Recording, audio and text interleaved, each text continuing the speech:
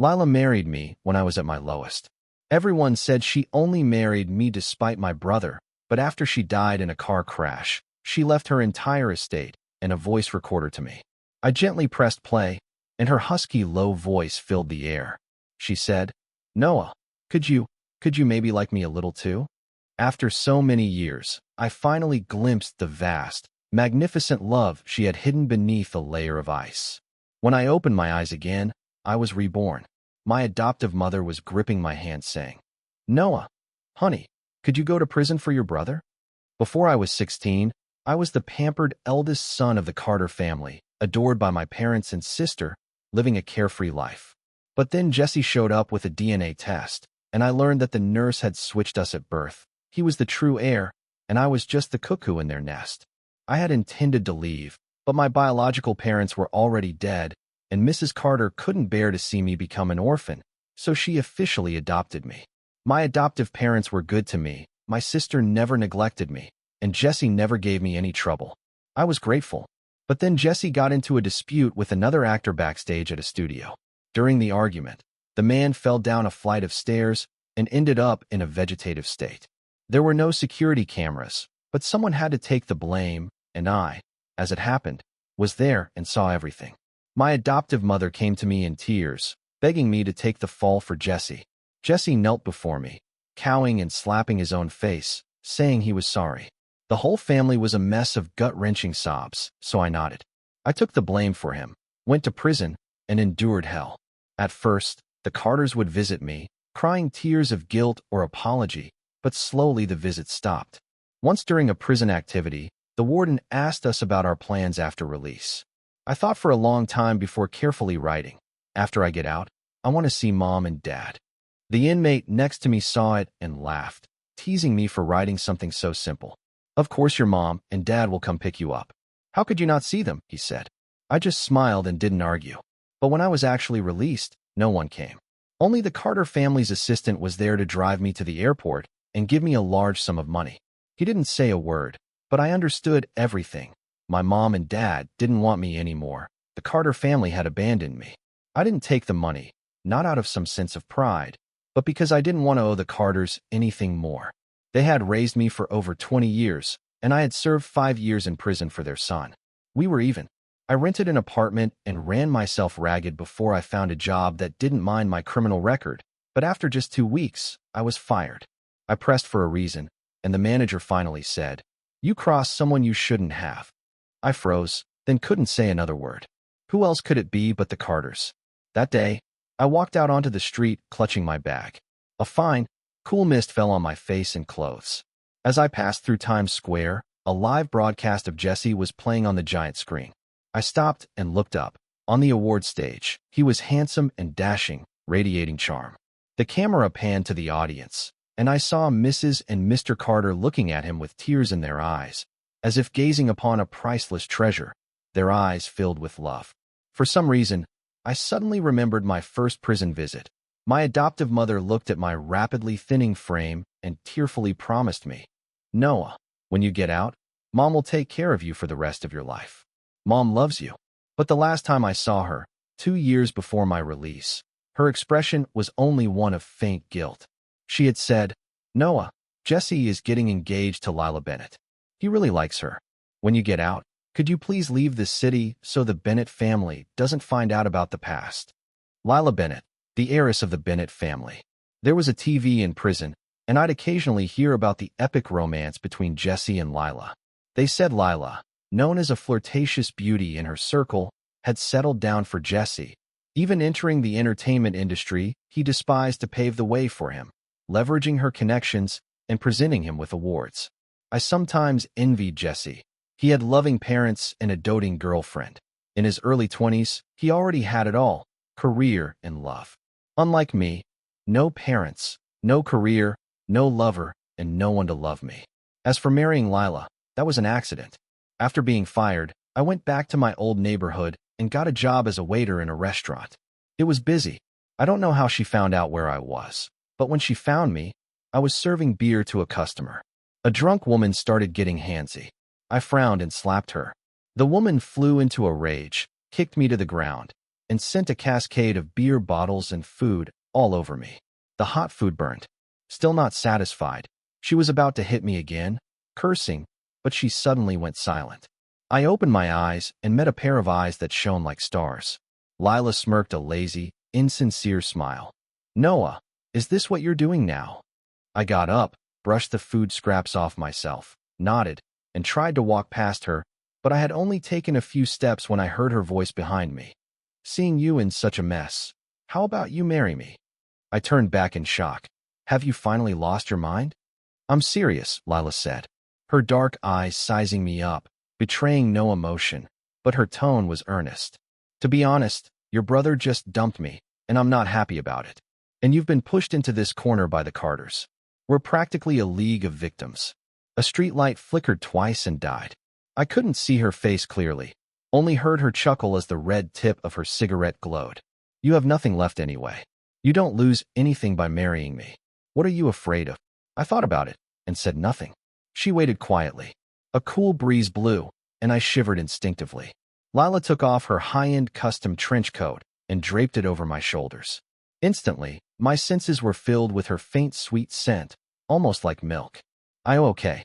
When the news of our marriage broke, everyone was stunned. They all said Lila only married me to spite Jesse. At the wedding, when Lila said, "I do," I noticed Jesse in the audience, his eyes red from crying, before he stumbled out of the venue. I glanced at the woman beside me, but she just smiled, not even looking his way, as if she had never loved him, as if she truly didn't care. After we were married, Lila was very good to me. She got me a job as her assistant, so we were tied together at all times. When I asked why, she just smiled flirtatiously. "I can't trust leaving a handsome guy like you at home alone. What if a thief steals you away? I'd be a widow without ever having been a proper wife. Wouldn't that be a huge loss?" I laughed at her shamelessness and didn't bother arguing. Those years in prison had taken a toll on my body. A common cold or cough for a normal person would turn into a major illness for me. Lila brought in all sorts of famous doctors to treat me, and I finally got a little better. By my bedside, she held my hand, her expression serious and almost reverent. "Noah, I've bought you, so your life is mine now. You can't die before me." It was a childish thing to say, but seeing the hidden sorrow in her eyes, I eventually nodded. I didn't understand her sadness, but I had long learned not to ask, not to disturb. Okay, we were supposed to grow old together, but in the end, the one who broke the promise wasn't me, it was Lila. "Mr. Carter, Ms. Bennett passed away yesterday at 3:10 a.m. due to a major car accident. Resuscitation was unsuccessful. Please accept our condolences." Pushing open the door to the morgue, I saw Lila's parents already sobbing uncontrollably. I looked at Lila's pale, colorless face and could only think to myself, fate had blessed her with a family, beauty, and talent beyond anyone's reach. So why was it so stingy as to only give her 34 years? What a pity, what a shame. I handled Lila's funeral arrangements myself. After 5 years of marriage, many people still didn't approve of our relationship. Jesse, his love turned to hate, was always waiting to see me make a fool of myself. But no one expected Lila to leave all her assets and shares to me. Her parents had no objections. They just looked bent and broken as they left, their former vitality gone. A week later, Lila's lawyer, Mr. Hayes, brought me the inheritance transfer documents. As he was leaving, he handed me a voice recorder. This was Ms. Bennett's. "It's been repaired. I thought you might need it, Mr. Carter, Noah." On the recording, the woman's voice was cool and clear, tinged with a bit of static that made it sound even huskier. "I didn't marry you to spite Jesse. I married you because I like you." I froze, but my heart was strangely calm, as if I had expected it. Lila let out a small laugh. "You've probably forgotten, but we met a long time ago. You were the untouchable genius of our school, the teacher's favorite. My own mentor was always talking about you. Every time he finished chatting with your teacher, he'd come back and tell me grumpily, 'Lila, I'm starting to dislike you. Stay away from me.'" She mimicked her mentor's tone, sounding incredibly cute. I chuckled unconsciously, but then my smile slowly faded. Lila continued, "I hated you back then, but I couldn't stop my eyes from following you. I guess I'm a bit of a masochist. But then you went to prison for so-called intentional injury. I didn't believe it. I was determined to find out the truth, but unfortunately, the Carters had cleaned up all the evidence. So I set my sights on Jesse. So that was it. The legendary love story between Lila and Jesse was just a cover for her to find out the truth about my imprisonment. But Lila didn't expect Jesse's lips to be so tightly sealed. Still, she eventually found some clues. I suddenly remembered something from before our marriage. One day, Lila had asked me, "Noah, do you want to get revenge?" No. I had shaken my head. After all these years, I finally understood.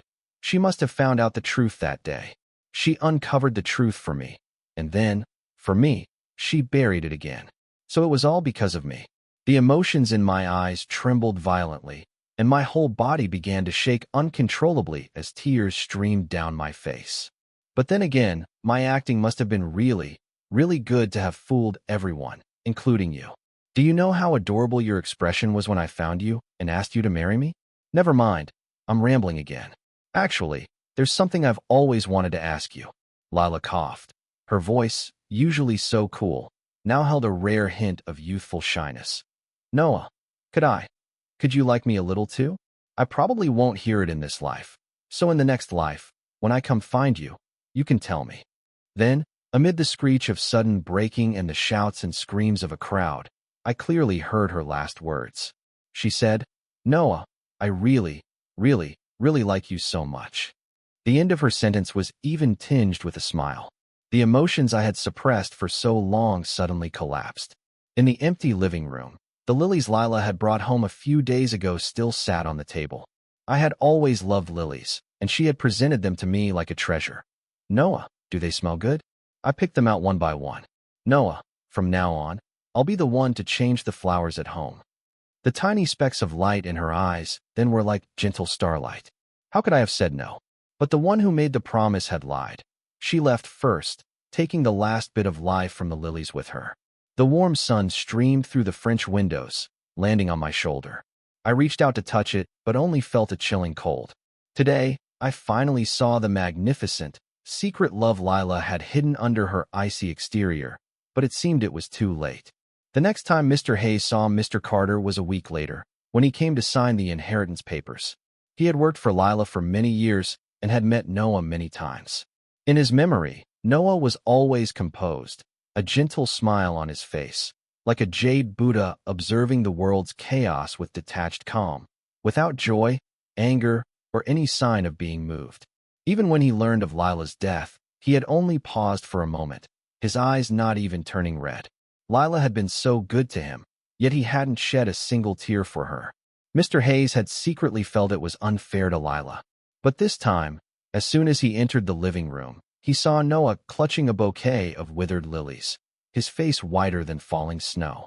When he saw the lawyer, he didn't even offer a polite smile, just stated coldly, "Mr. Hayes, donate her assets to an orphanage." "I don't want them." There was no room for discussion. As he was leaving, Mr. Hayes couldn't help but turn back and ask, "Mr. Carter, did you ever love Ms. Bennett?" I just smiled and didn't answer. Many years later, Noah was a renowned philanthropist, having sponsored countless orphans. I saw him again on his deathbed. He was only 45, but his hair was completely white. At that moment, he was looking out the window as if he saw someone, a boyish, bashful look on his face. He said, "I did. I always have. Mom is begging you, just save your brother. He's still so young. How can he go to prison?" Bro, I really know I was wrong. I don't want to go to prison. I'm a big star. My whole life will be ruined if I go to jail. Waking from a deep darkness, my ears were filled with a cacophony of crying and shouting. My head throbbed. I slowly opened my eyes and took in the scene. Jesse was kneeling on the floor, sobbing, while Mr. Carter held him, comforting him. Mrs. Carter was gripping my hand tightly, her face streaked with tears, her voice choked but serious. "Could you go to prison for your brother?" I looked at her silently. Taking my silence as encouragement, she gritted her teeth. "Noah, there were no cameras at the scene. Only you and Jesse were there. The paparazzi only got a blurry shot of a back, nothing recognizable. As long as you admit you accidentally pushed Kyle, the police won't find anything. Don't worry, once you're in prison, Mom will arrange everything to make sure you don't suffer. When you get out, the Carter family will take care of you for life." She had said the same thing in my past life, but the promise had a shelf life of only a year. After it expired, I was moved out of the single cell, leading to bullying and retaliation from others, humiliation and unbearable suffering. But no one ever came to see me. It wasn't until I was hospitalized for nitrite poisoning from the prison food that Mrs. Carter appeared at my bedside that day. She looked down at me, her expression tinged with impatience. It's a prison after all, not a resort. A little suffering is inevitable. Noah, don't be so dramatic. Jesse has to go abroad for work soon, and I'm worried about him. I probably won't have time to visit you anymore. After that, I never saw her again. Looking at Mrs. Carter's tear-streaked face now, I believed her words were sincere at this moment. But sincerity is fickle. Her guilt and remorse for me would eventually, over time, morph into a deeper fear. I gently pulled my hand away from hers. No, I said. Mrs. Carter was stunned, probably not expecting me, who was usually as meek as a lamb, to refuse her. But when I spoke again, my voice was serious. And Mom, I'm grateful that you raised me for 20 years, but I'm not willing to gamble my entire life on it. Call me selfish, call me an ungrateful wolf, but I will not take the fall for him. I was reborn to not repeat my mistakes in my past life. Lila saved me. This time, I had to save myself, and then walk to her side with my head held high. My refusal enraged Mr. Carter. He berated me for being ungrateful, for enjoying the Carter family's benefits for so many years without being willing to give anything back. Mrs. Carter and Jesse cried their hearts out.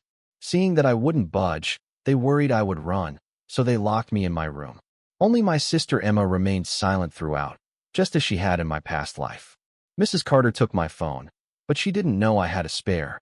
I turned on the backup phone. The news of Kyle's accidental injury yesterday, which had left him in a coma, was already trending. There was only a blurry photo of a back from a paparazzo, and his claim that Jesse had been alone with Kyle for a while. The police were probably on their way. I scrolled through my contacts on the spare phone and instinctively stopped at a familiar number. I hesitated, but ultimately didn't dial. A part of me was afraid that the person on the other end wouldn't be the one I knew, and even more afraid that if I woke up from this dream, I'd never see her again. In my past life, after Lila died, I kept her phone number active. In the dead of night, I would send her texts about my day or just events. I would always get an auto reply. She had set it up before she died. How could a person be so cruel, so cruelly holding on to my heart that I couldn't forget her for 20, 30 years? I got up and opened the curtains. Warm sunlight fell on me, carrying a slight chill. I saw the police officers outside and Mr. Carter's furtive glance in my direction. With a trembling hand, I finally sent a text message. Lila, do you want to come save me? Mrs. Carter wanted to stop me from showing my face and thus solidify my guilt, but I pounded on the door. Facing the police's questions, I ignored Mrs. Carter's pleading gaze and answered each one. In my past life, the case was closed so smoothly because I confessed and even destroyed my own alibi. But this time I wouldn't be so foolish. The gratitude from those 20-odd years had already been worn away in my previous life. Not hating them was the best I could do. In contrast to my calm composure, Jesse was flustered and guilty. It was obvious who was in the right and who was in the wrong. When Jesse was taken away, Mrs. Carter screamed hysterically, and Mr. Carter's face was dark, his occasional glances at me filled with the hatred one would have for a son's murderer. They followed Jesse out without another word. Just then, Emma walked up to me and said in a low voice, "The Carter family has no place for you anymore. You should leave." I looked up at her, my gaze lingering on her reddened eyes for a second. "You don't blame me?" Emma paused, not answering yes or no, just looking towards the distant police car, her voice as light as the wind. "You're my brother too." She had said the same thing in my past life. She had advised me not to take the fall. I looked down at her, my gaze like wind and rain, gentle and pleased. "You're my brother too." I had ignored her advice then, but this time I decided to listen. Mr. and Mrs. Carter must hate me to the bone now. Staying would only cause more trouble, I said seriously. "Take care of yourself." Emma's lips curved into a faint smile, her voice hoarse. "Noah, live your life to the fullest." I walked out of the Carter house and looked ahead. The wind blew, and the sunlight felt warm on my skin. Just then, a figure rushed in front of me, their tone frantic. "Noah." I paused and looked up. A woman in a black dress, her figure slender and graceful, her eyes deep, standing in the morning sun. She seemed to be glowing. Her elegant, roguishly handsome face usually looked lazy and carefree, but right now her face was slightly pale, her expression tense as she looked me over. Seeing that I was unharmed, her expression relaxed. Her gaze rested on my suitcase for a couple of seconds before she spoke again. Noah, did you run away from home? It was Lila, a much younger Lila. Memories flooded my mind. Her gentle gazes, her lazy yawns, me holding her hand as we walked into our marriage, and finally, the image of our first real meeting that evening.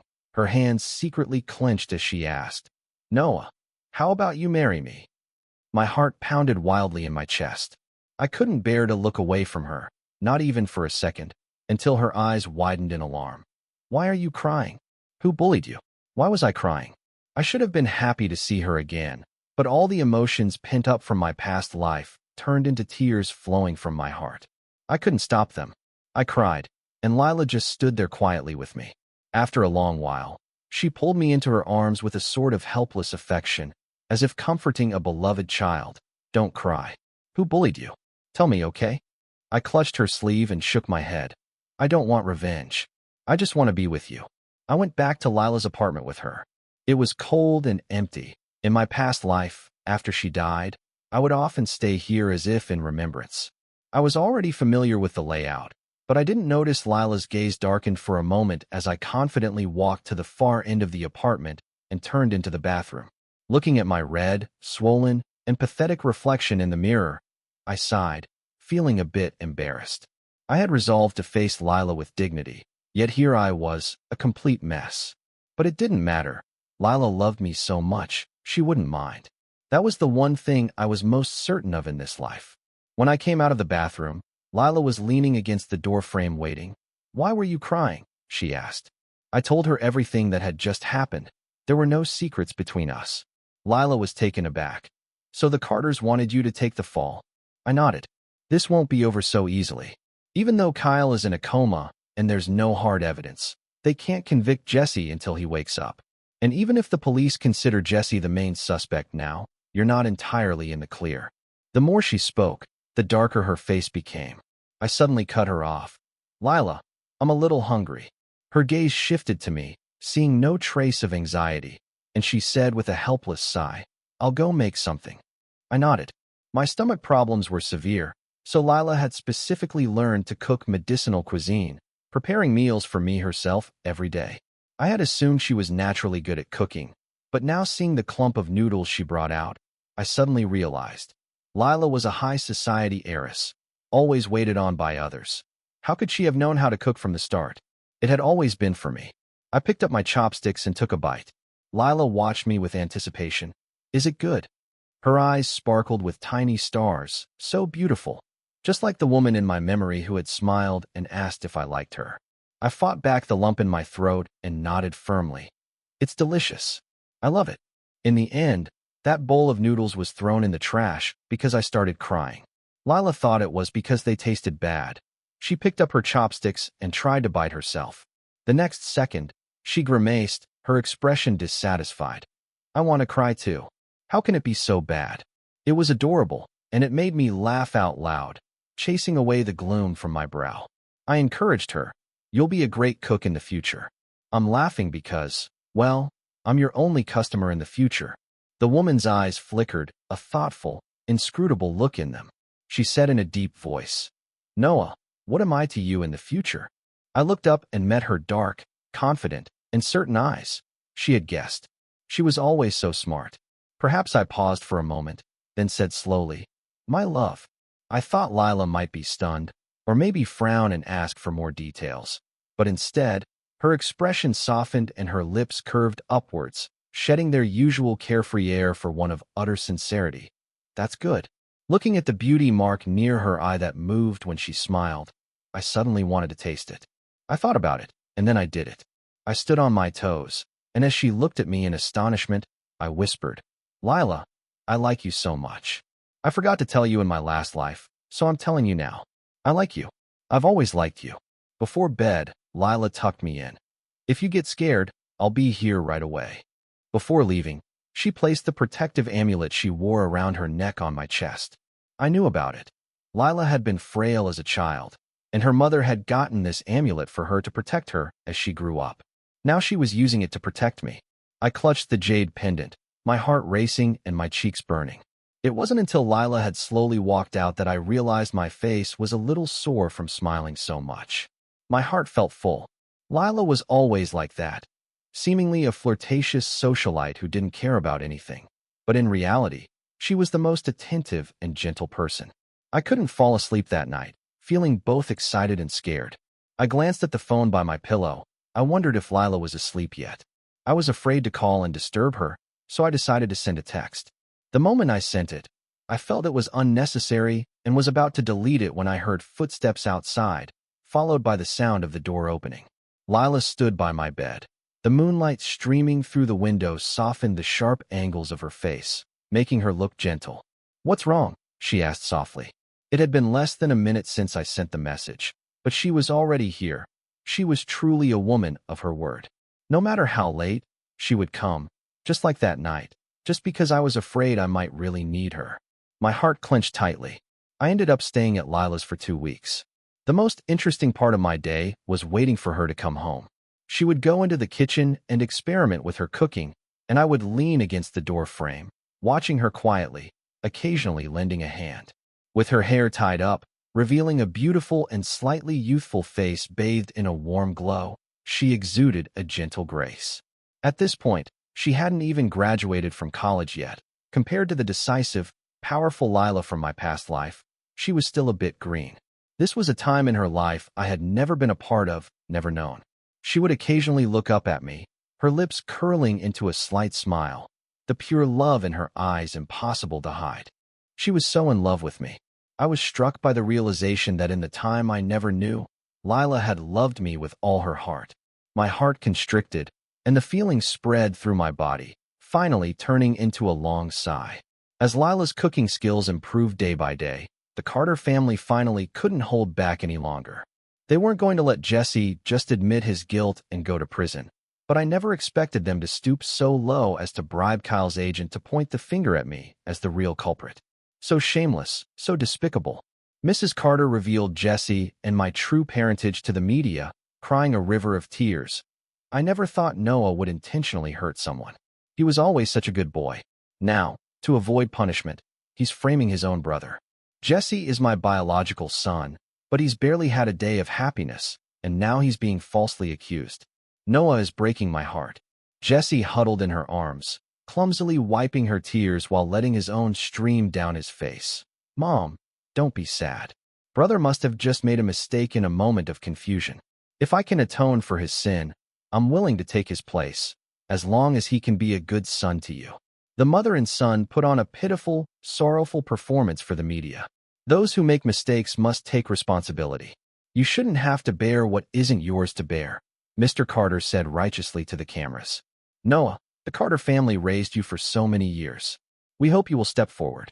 Once the video was released, a wave of condemnation against me swept the internet.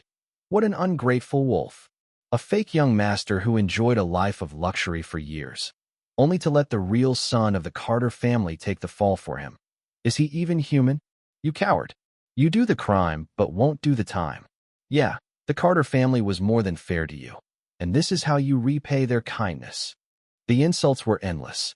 My private social media accounts were flooded, and my DMs exploded daily. Even old classmates called to ask about the situation, some telling me to just confess. The outside world was in an uproar, but I did nothing. No matter how much the Carters stirred up trouble, as long as the police didn't summon me, I was innocent. Why should I fall into the trap of having to prove myself? That day, Lila got the news and rushed home. The first thing she said was, "I can help you." No need. Halfway through my sentence, for some reason, I suddenly remembered an incident from my past life, a fierce argument. It was simply because Lila was treating me too well, which made many people jealous.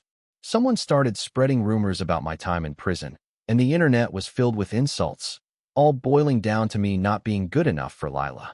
Lila wanted to help me quash the rumors, to attend a press conference with me and file lawsuits against the gossipers, but I felt it was unnecessary.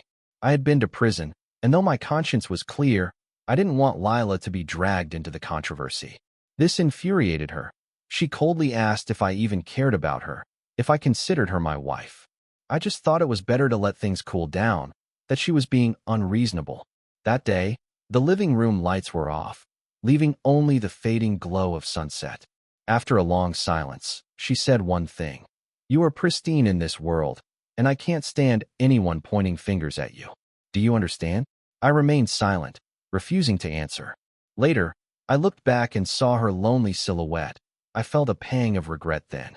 I should have just agreed with her. It was such a small thing. I never thought that would be the last time I saw her. After she died, I asked myself over and over again, why wouldn't I stand with her? Why wouldn't I tell her how I felt? Those bouquets of lilies, that constant care, that focused gaze, did I really not notice she loved me? I knew it all along, but I was just a bastard who took her for granted, so sure that Lila would be with me until the end, selfishly basking in her love without ever soothing her anxious heart. It wasn't until she was dead that I understood love, but the cruelest thing about a love realized too late is that before you can even confess it, you've lost the chance forever. This new life was a chance from heaven to make amends. I couldn't be bothered with the coyness and slow progression of a typical romance. I just wanted to be with her. I wanted to, and I still wanted to. So I wrapped my arms around Lila tightly and kissed her lips. Between our lips and teeth, I gasped softly. "Okay, consider this the down payment on your reward." Lila froze for a second, then pushed me down onto the sofa with more force and depth. 2 hours later, I was too tired to get up, but I held on to Lila tightly, refusing to let go. I looked at her, so sleepy I could barely keep my eyes open, but I didn't want to close them. I was still afraid this was all a dream. She leaned down and kissed my cheek, my brow. "Noah, I'm always here." I couldn't hold on any longer and fell into darkness. In the darkness, I was in my pajamas, lying in a black and white bedroom. On the nightstand was a glass of cold water and a white pill next to it. It was cold and empty without that familiar person. My heart suddenly seized with pain as memories flooded my mind, finally settling on that low, static-filled voice. "Noah, I really like you so much." So it was a dream, a beautiful dream. I clutched my chest, my hands and feet turning ice cold as if I were trapped in a net, my breath slowly being squeezed out of me as tears fell one by one. "What's wrong?" Someone suddenly pushed open the door and came to my side, looking at me with a frantic expression. Through my blurry, tear-filled eyes, I wiped them and finally saw the woman's face clearly. "Noah, I just went out to deal with the Carters. I found the agent they bribed, and I also found a janitor who was passing by that day. He saw Jesse push Kyle. Jesse's been convicted, and I'm suing the Carters for defamation. No one will ever slander you again." The woman gently patted my back while explaining everything that had happened while I was asleep. I leaned into her embrace, listening to the clear, strong beat of her heart, and finally managed to smile. "I missed you," I told her softly. "Have I told you I really like you so much?" The woman laughed and held me tighter. "I like you too, Noah," she said. "After so many years, we finally told each other of our love. Neither mountains, seas, nor time and space could prevent the reunion of two people in love." I was reborn too. After my rebirth, I went to the Carter house and found that everything was still peaceful. Noah was still the coldest, smartest god of the entire college.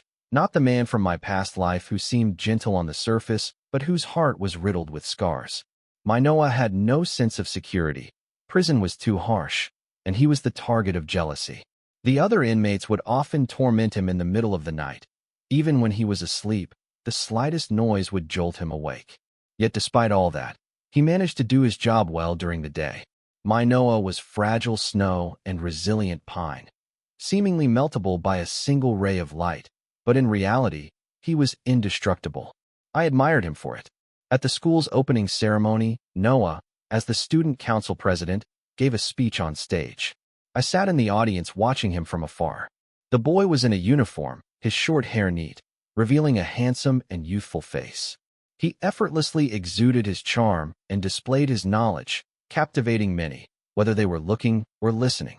This was the Noah from my memories, the young, innocent academic prodigy. Noah stood on the stage, the wind blowing through his hair, the sun seeming to favor him, dyeing his hair a light gold. I suddenly wished that time could freeze in that moment, that my Noah would never have to endure those hardships, that he could remain forever innocent. It would be so good if he never had to suffer, never had to face rumors and ridicule. I already knew Jesse would get into trouble, so I had specifically installed a camera in that secluded stairwell. I was about to release the footage when I received Noah's message for help. In that moment, I knew Noah was back too. I wanted to see what he would do this time, how he would handle the Carters. And this time, he refused to take the fall. He left the Carter house. I saw him quietly dragging his suitcase down the deserted, tree-lined avenue. He broke into a smile that made me feel like the sunlight that day was so warm. I took him home. I pretended to know nothing, and after much effort, I managed to make a bowl of unappetizing noodles. I watched him freeze, then slowly guided him to discover my love for him. Seeing his heart tremble for me, I should have been overjoyed, but the moment I saw his tears, my own heart ached. Never mind, it was enough that I loved him. Whether he loved me back or not, what did it matter? He pressed into my arms, holding me tight, and told me he really, really liked me. In that moment, I felt as if 1,000 flowers were blooming. I fought back the tears welling in my eyes and, word by word, responded to my prince. Noah, I really like you too. They say those who are meant to be will always find each other, and when they do, the sun is sure to be shining warmly.